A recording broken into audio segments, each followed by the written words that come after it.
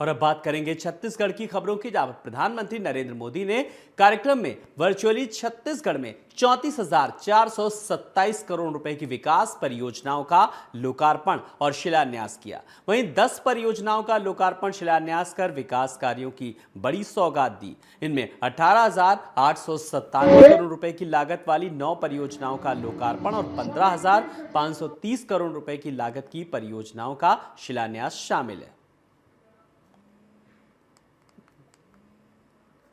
तो वहीं बेमित्रा कार्यक्रम में विधायक भी पेश हुए और इस बीच विकसित भारत और विकसित छत्तीसगढ़ कार्यक्रम में कृषि उपज मंडी परिसर में कार्यक्रम का आयोजन किया गया बेमित्रा में।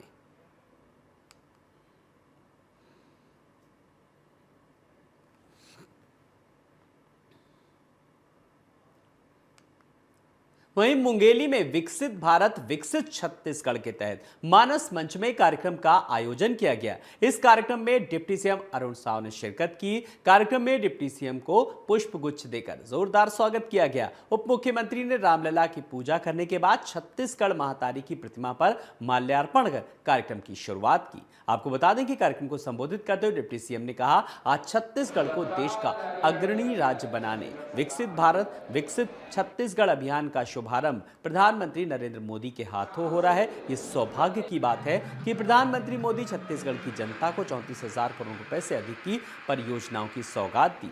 वहीं पीएम मोदी के नेतृत्व में विकसित भारत के संकल्प के साथ ही आज हर घर में शौचालय, गैस कनेक्शन, मुफ्त इलाज के लिए आयुष्मान कार्ड, किसान सम्मान निधि, गरीबों को पक्का मकान दिलाने, पीएम आवास, गरीब कल्याण अन्न योजना सहित अन्य योजनाओं का लाभ गांव गरीब को मिल रहा है। मुख्यमंत्री विष्णुदेव साय के नेतृत्व में मोदी की प्रत्येक गारंटी को पूरा किया जा रहा है। सरकार बनते ही हमने सबसे पहले 18 लाख गरीब परिवारों को आवास देने का निर्णय लिया।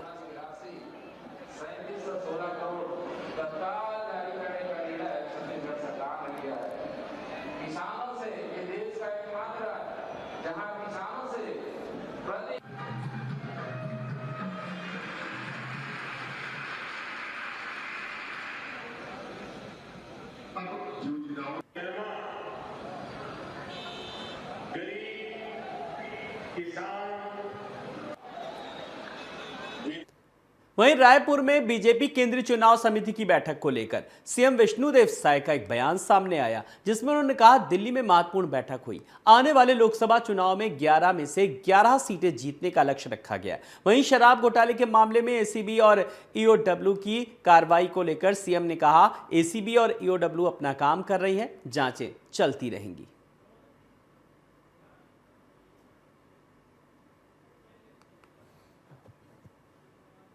सूरजपुर के भैया थान के विकासखंड शिक्षा विभाग ने कैबिनेट मंत्री लक्ष्मी राजवाड़े के स्वागत और सम्मान कार्यक्रम का आयोजन किया गया, जहां कार्यक्रम में मंत्री लक्ष्मी राजवाड़े का विकासखंड शिक्षा अधिकारी फुलसाय मरावी और विभागीय अधिकारियों समेत शिक्षकों ने फूल मालाओं से स्वागत किया। वहीं बच्चों ने सांस्कृतिक कार्यक्रमों की प्रस्तुतियां दी। इस दौरान लक्ष्मी राजवाड़े ने कार्यक्रम को संबोधित करते हुए जीवन में शिक्षा के महत्व को बताया और शिक्षकों से स्कूलों में शिक्षा के स्तर को बढ़ाने के लिए हर संभव प्रयास करने की बात भी की।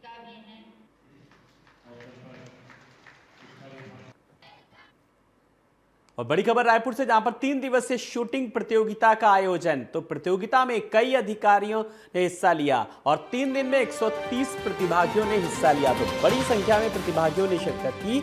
और वहीं आपको बता दें कि कैबिनेट मंत्री बृजमोहन अग्रवाल मुख्य अतिथि के तौर पर रहे कार्यक्रम में। तो 3 दिन में 130 प्रतिभागियों ने हिस्सा लिया और तमाम लोगों ने वहां पर शिरकत की। और इस कार्यक्रम के आयोजन में बृजमोहन अग्रवाल, जो कि कैबिनेट मंत्री हैं, मुख्य अतिथि के तौर पर शिरकत की इस 3 दिवसीय कार्यक्रम में। तो प्रतियोगिता में कई अधिकारियों ने हिस्सा लिया और इनका सम्मान किया गया। और इस बीच 3 दिन में अंदाजा लगाया जा सकता है 130 प्रतिभागियों ने हिस्सा लिया और उत्साह जो था वो प्रतिभागियों का जरा भी कम नजर नहीं आया, क्योंकि 3 दिवसीय कार्यक्रम था। शूटिंग प्रतियोगिता का आयोजन किया गया था। आयोजन में जबरदस्त उत्साह भी लोगों में दिखा और किस तरीके से जो बारीकियां थी वो भी लोगों ने वहां पर जानी।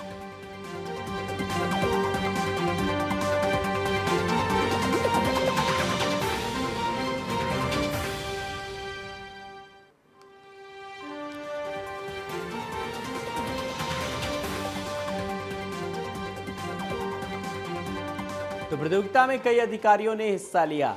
तो जो एडवेंचर का जो रखते हैं जोश और बड़ी बात जिनमें उत्साह है, जो जज्बा है, तो बड़ी संख्या में प्रतिभागियों ने हिस्सा लिया। 3 दिवसीय शूटिंग प्रतियोगिता का आयोजन किया गया, जिसमें बड़ी संख्या में प्रतिभागियों ने शिरकत की। वहीं प्रतापपुर में सामुदायिक स्वास्थ्य केंद्र में सोनोग्राफी मशीन का उद्घाटन किया गया। जानकारी के मुताबिक विधायक शकुंतला सिंह पोर्ते ने फीता काटकर इसकी शुरुआत की। इस दौरान विधायक शकुंतला सिंह ने कहा कि सोनोग्राफी मशीन स्वास्थ्य सुविधाओं में से एक है, जो कि प्रत्येक ब्लॉक स्तर के अस्पताल में होना चाहिए।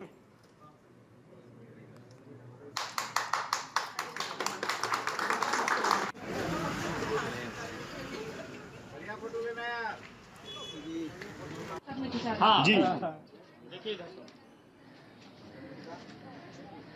अब एक नंबर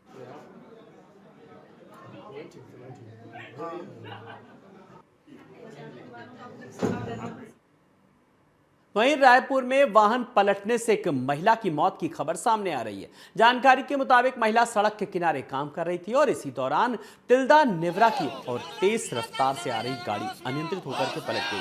वहीं सड़क पर खड़ी महिला गाड़ी के नीचे दब गई। गाड़ी के नीचे दबने से महिला की मौके पर ही दर्दनाक मौत हो गई। आक्रोशित परिजनों ने चक्का जाम कर दिया। सूचना पर पहुंची पुलिस ने मृतक के परिजनों को समझाकर मामले को शांत कराया। तो वाहन पलटने से हुई महिला की मौत मामला नेवरा का सामने आया।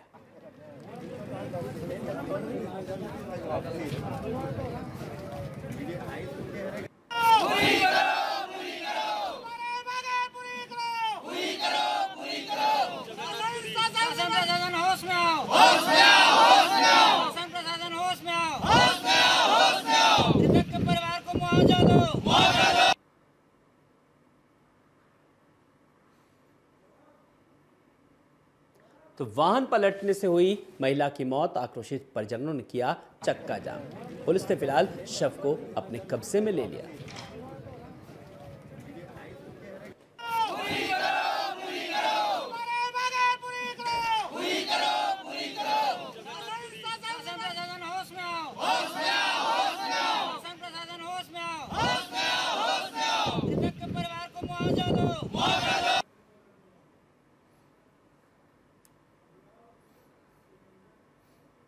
वहीं बलरामपुर में विकसित भारत विकसित छत्तीसगढ़ कार्यक्रम का आयोजन किया गया। यह कार्यक्रम बलरामपुर जिले के विकासखंड शंकरगढ़ के कन्या उच्चतर माध्यमिक विद्यालय में आयोजित किया गया। इस कार्यक्रम में सामरी के विधायक उत्तेश्वरी पैकरा ने मुख्य अतिथि के रूप में शिरकत की। विकसित भारत विकसित छत्तीसगढ़ के तहत पीएम मोदी ने 34,400 करोड़ से अधिक रुपए की विकास परियोजनाओं का उद्घाटन, लोकार्पण और शिलान्यास किया। वहीं बलरामपुर जिले में सड़क, भवन, पुलिया, स्कूल, 12 कार्यों के लिए 14 करोड़ से अधिक की राशि का भूमि पूजन एवं लोकार्पण किया गया।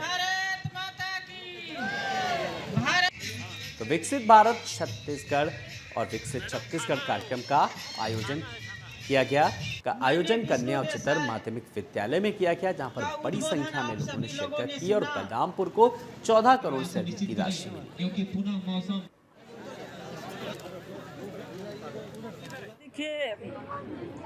विकसित भारत विकसित छत्तीसगढ़ का कार्यक्रम पूरे छत्तीसगढ़ में 90 विधानसभा है। 90 विधानसभा में एक साथ आदरणीय हमारे देश के यशस्वी प्रधानमंत्री नरेंद्र मोदी जी ने और हमारे देश के प्रदेश के मुख्यमंत्री विष्णुदेव साय ने हमारे छत्तीसगढ़ में जो विकास हो रही है और केंद्र सरकार की जो योजनाएं हैं, सभी योजनाओं को देखते हुए आज पूरे छत्तीसगढ़ में ये विकसित छत्तीसगढ़ कार्यक्रम रखा गया था। और हमारे मोदी जी ने सभी कार्यकर्ताओं को अपने उद्बोधन में कहा कि छत्तीसगढ़ आगे बढ़ेगा और निश्चित ही जो हमारा छत्तीसगढ़ का विकास हो रहा है, आगे देश के लिए भी विकास होगा, ये साबित होगा। खबरों में आगे बढ़ेंगे। अंबिकापुर के मेडिकल कॉलेज सह जिला चिकित्सालय में अव्यवस्थाओं को लेकर कांग्रेस, महिला मोर्चा और युवा कांग्रेस ने धरना प्रदर्शन किया और जमकर नारेबाजी की। दरअसल 2 दिन पहले गर्भवती महिला एमसीएच बिल्डिंग में सोनोग्राफी के लिए लाइन में लगी हुई थी। इसी दौरान बालकनी में खुले हुए प्रसव पीड़ा से तड़प रही महिला का प्रसव हुआ। वहीं जहां मृत नवजात का जन्म हुआ, ऐसे में अस्पताल प्रबंधन की बड़ी लापरवाही सामने आई। इस मुद्दे को लेकर महिला विकास युवक कांग्रेस के द्वारा अस्पताल परिसर के अंदर प्रशासन के खिलाफ नारेबाजी करते हुए मामले की जांच करने की मांग की गई।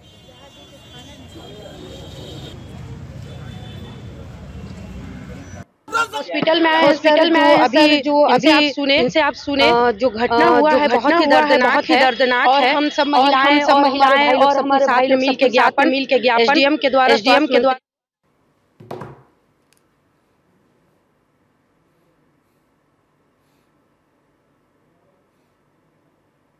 वहीं कांकेर लोक निर्माण विभाग में ठेकेदार और सहायक अधीक्षण अभियंता के बीच 1 करोड़ 80 लाख रुपए के टेंडर को लेकर विवाद हो गया। दरअसल कोंडा गांव से बास्कोट अमरावती तक निर्माण कार्य होना है। बताया जा रहा है कि निर्माण कार्य के ठेकेदार के खिलाफ 30 लाख रुपए की रिकवरी की जानी थी, लेकिन उससे 10 लाख रुपए लेकर सेटलमेंट कर दिया गया। इस मामले पर बात करने के लिए अधीक्षण अभियंता ने दोनों को अपने घर बुलाया और इसी बीच अधिकारी और ठेकेदार के बीच कमीशन को लेकर विवाद हो गया। हद तो तब हो गई जब बातचीत के दौरान दोनों में हाथापाई हो गई। वहीं कांकेर के टीआई शरद दुबे ने बताया कि पीडब्ल्यूडी के अधिकारी अधीक्षण अभियंता पवन कुमार अग्रवाल ने थाने में शिकायत दर्ज कराई और एक ठेकेदार उनके निवास पर आया था, उनके साथ मारपीट की। पुलिस ने मामला दर्ज कर लिया है। वहीं ठेकेदार शैलेश शर्मा ने भी थाने में शिकायत दर्ज करवाई है कि अधिकारी काम के एवज में कमीशन मांग रहा था। अधिकारी ने उसे अपने आवास में बुलाकर उसके साथ बदसलूकी की। अब कांकेर पुलिस इस पूरे मामले की जांच कर रही है।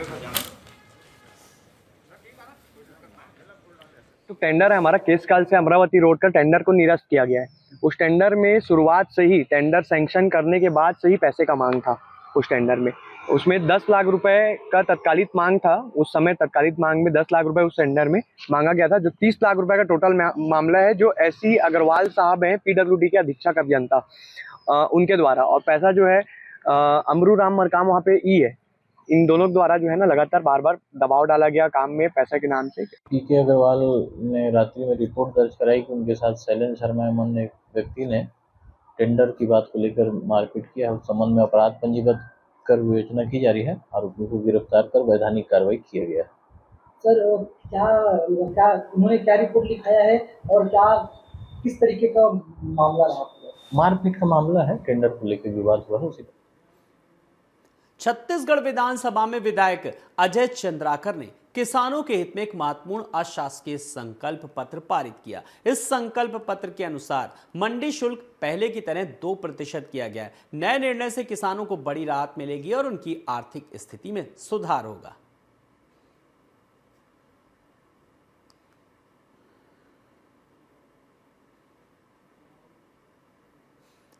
वहीं रायपुर पुलिस ने शराब घोटाले में दर्ज एफआईआर मामले में 13 वारंट जगहों पर एसीबी और ईडब्ल्यूओ की टीम में छापेमारी की। अपने इस अभियान के तहत टीम ने बिलासपुर, दुर्ग समेत कई जिलों में छापेमारी की।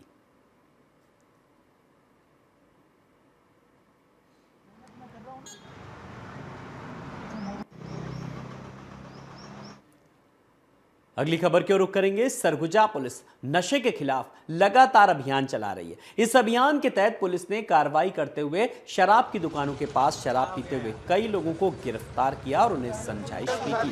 तो नशे के खिलाफ पुलिस का अभियान लगातार जारी है। सरगुजा की ये तस्वीरें हैं जहां पर लोगों की चेकिंग की गई, औचक निरीक्षण किया गया और लोगों को समझाया गया।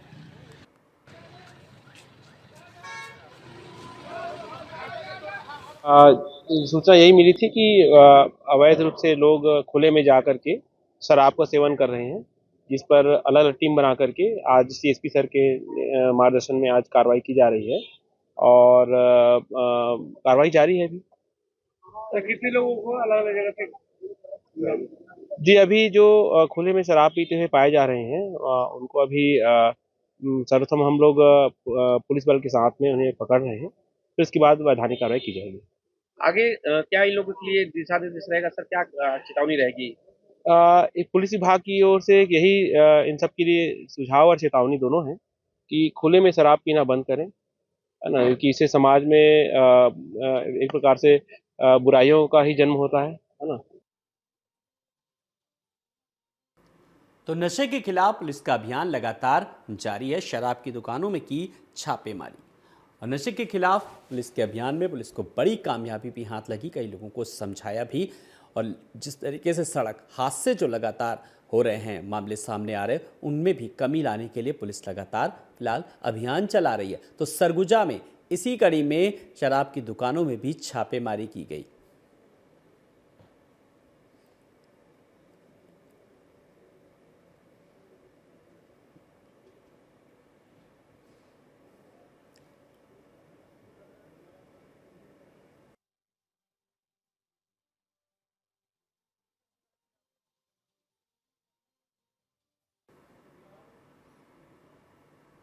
तो इन्हीं खबरों के साथ हमारे छत्तीसगढ़ में इतना ही। बने रहिए टीवी 27 न्यूज के साथ। नमस्कार।